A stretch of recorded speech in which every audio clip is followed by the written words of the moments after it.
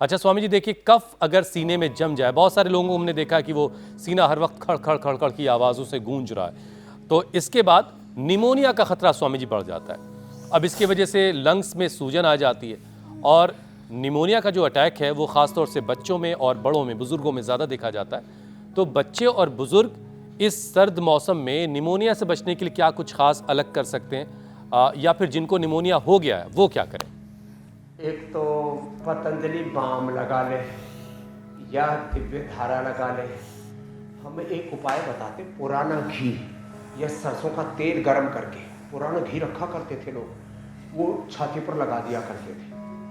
वैसे तो मैं कहता हूँ नया घी भी हो या सरसों का तेल हो या तिल का तेल हो, अच्छे से गर्म कर लो और उसमें थोड़ा सा अजवाइन, थोड़ी काली मिर्च और थोड़ा लहसुन प्याज हल्दी अदरक पका लो उसी में, और उसको अच्छे से फिर पेस्ट करके, वो लहसुन प्याज हल्दी अदरक, इस गर्मियों में तो हम ऐसे ही लहसुन प्याज हल्दी अदरक दिव्य धारा डाल करके ऐसे ही पेस्ट करके लगा देते। सर्दियों में तेल में पका लो और पका करके उसको भी पेस्ट करके फिर यहाँ अच्छे से मालिश कर दो आगे पीछे।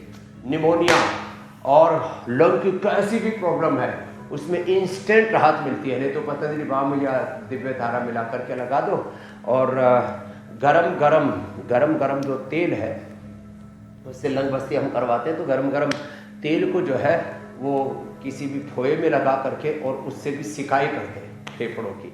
स्टीम भी ले सकते हैं दिव्य धारा से, जिसमें कपूर होता है, अजवाइन होता है, पिपरमेंट होता है, लौंग का तेल और जो है यूकेलिप्टस ऑयल, इसको समान मात्रा में मिला करके और उसको लिक्विड के फॉर्म में आ जाता हूँ, उससे ये दिव्य धारा में बता रहा हूँ, ये बड़ी ज़बरदस्त चीज़ है। फिर दूसरा प्राणायाम तो करना ही करना है।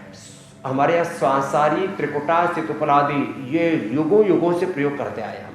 इसमें स्वर्ण वसंत माल्टी, ये जैसे सारी चीज़ें हमने ले ली 20-20 ग्राम, स्वांसारी पाउडर त्रिकुटा सितुपलादि ये सब 20-20 ग्राम। इसके अंदर अभ्रक भस्म 5 ग्राम, गोदंती भस्म 10 ग्राम, और इसका पाउडर करके शहद से चटवा देते हैं।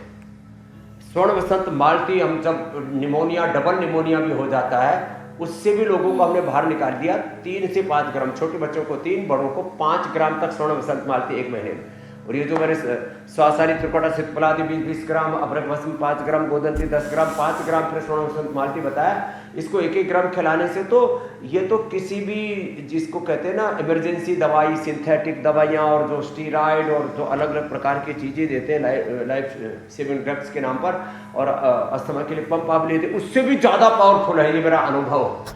तो ये इसका उपयोग करें और प्राणायाम अवश्य करना है। ठंडा पानी भी नहीं पीना और चिकनी चीज़ें तो कतई नहीं खानी। और दूध में जैसे मैंने कहा, किसी को दूध आदि पीना भी है तो उसमें हल्दी, अदरक, सौंठ, मुलैठी, ये थोड़ा सिलाजी, ये डाल करके लिया करें। ठीक है स्वामी जी, अब देखिए जो लोग सुबह 7:56 पर टीवी ऑन नहीं कर पाते, थोड़ी देर से अगर ऑन करते हैं और वो सर्द इलाकों में और आपको ऐसे बैठा हुआ देखते हैं तो कहीं उनको ये मुगालता और धोखा ना हो जाए कि वो गर्मी का मौसम है, तो उनको एक बार से फिर याद दिला रहा हूँ कि मौसम सर्द हो चुका है।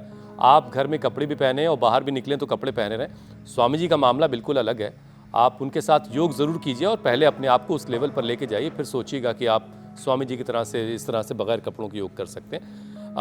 सर्दियों से बचने की भी ज़रूरत है।